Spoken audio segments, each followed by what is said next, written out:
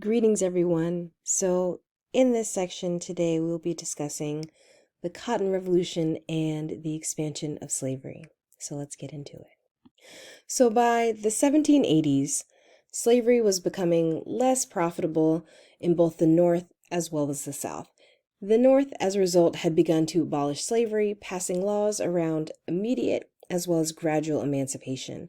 And so, immediate emancipation meant that slavery was completely abolished, and this was written into the state's constitution, right? Gradual emancipation spoke to this idea that once an enslaved person hit a certain age, then they would be freed. And so as a result, we see slavery continuing in states that advocated for gradual emancipation up through the Civil War.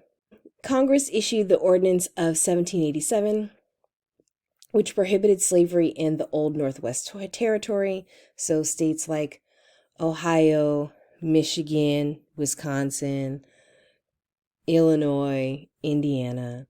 And in the South, we also see an increase in rates of manumission. And so manumission means that a person is being freed by their master of their master's choice, right? Their own doing, their own goodwill. So the Haitian Revolution really sets the stage, I would argue, for the Cotton Revolution. Let me explain. So you have the Haitian Revolution being inspired by the French Revolution's declarations of the rights of man. And we see this idea of égalité, liberté, and fraternité really being taken on by enslaved Africans and also folks who are considered to be mixed race or colored on the island of Saint-Domingue. And Saint-Domingue was the wealthiest colony in the New World, producing 40% of Britain and France's sugar, 60% of its coffee. And so Saint-Domingue was a French colony, and it had more enslaved Africans than anywhere in the Americas except for Brazil.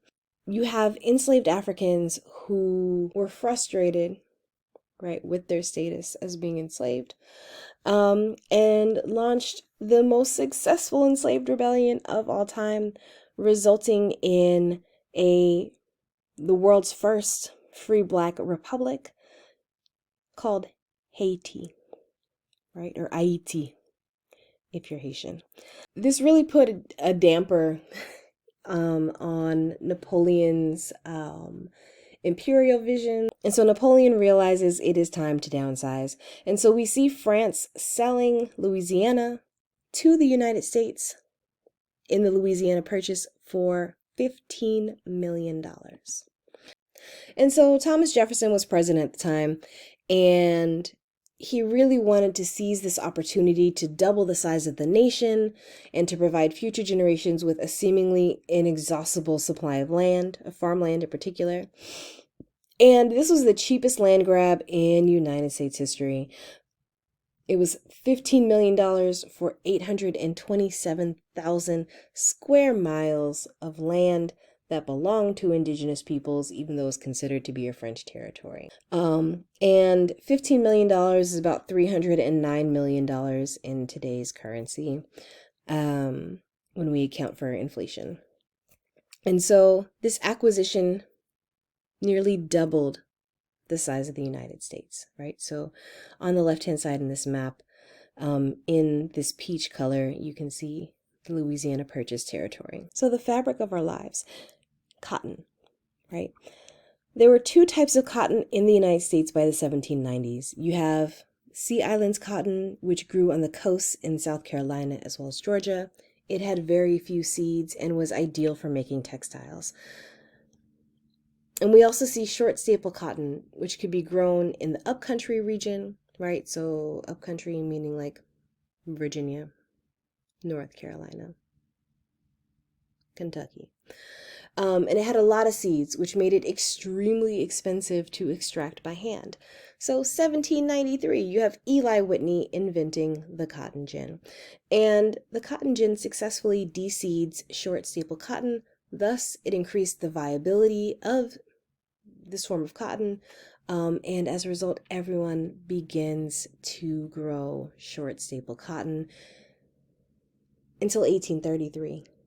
In which there is a hybrid strain of cotton called Petite Gulf, which was invented, and that was even easier to slide through the cotton gin. And so you can see an example of what a cotton gin looks like on the top left of this slide. So due to the invention of the cotton gin, slavery becomes extraordinarily profitable. Where in the late 1780s, we're beginning to see this kind of decline of enslavement. After the invention of the cotton gin, we see a rapid increase and a rapid expansion. And so slavery becomes profitable not only in the South, but also in the North, right? Indirectly, right? So this cotton boom leads to the first industrial revolution of America, which was called the market revolution, right? Which truly the market revolution is a cotton revolution, because as a result of cotton, we are expanding slavery, but also this cotton needs to be refined, right?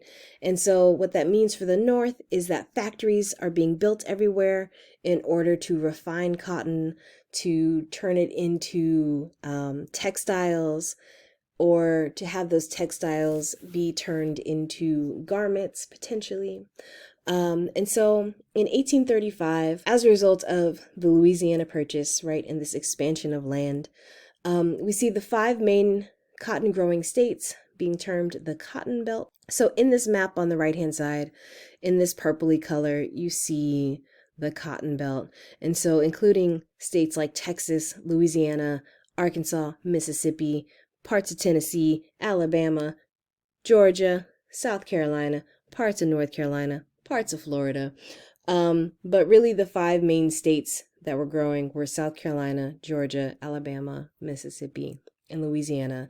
And those 5 states alone produced more than 500 million pounds of Petite Gulf cotton for a global market that stretched from New Orleans to New York to London to Liverpool to Paris and beyond. And so the economic impact, we see the creation of banks in New York City, in Baltimore, Philadelphia, and even London, beginning to offer lines of credit to anyone who was looking to buy land in the Southwest.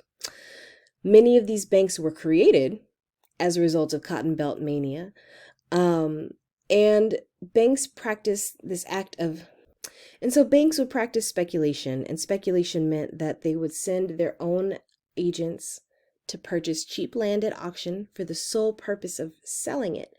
Often they would sell it within days of the purchase at double or triple the original value, which then the bank would turn around and reach out to farmers who were interested in buying and offer them credit so they could purchase this home, or not this home, but purchase this land that the bank had just driven up the price. By the end of the 1830s, cotton became the main crop not only of the southwestern states, but of the entire nation. And so you have 500 million pounds of cotton making up almost 55% of the entire U.S. export market every single year until the Civil War.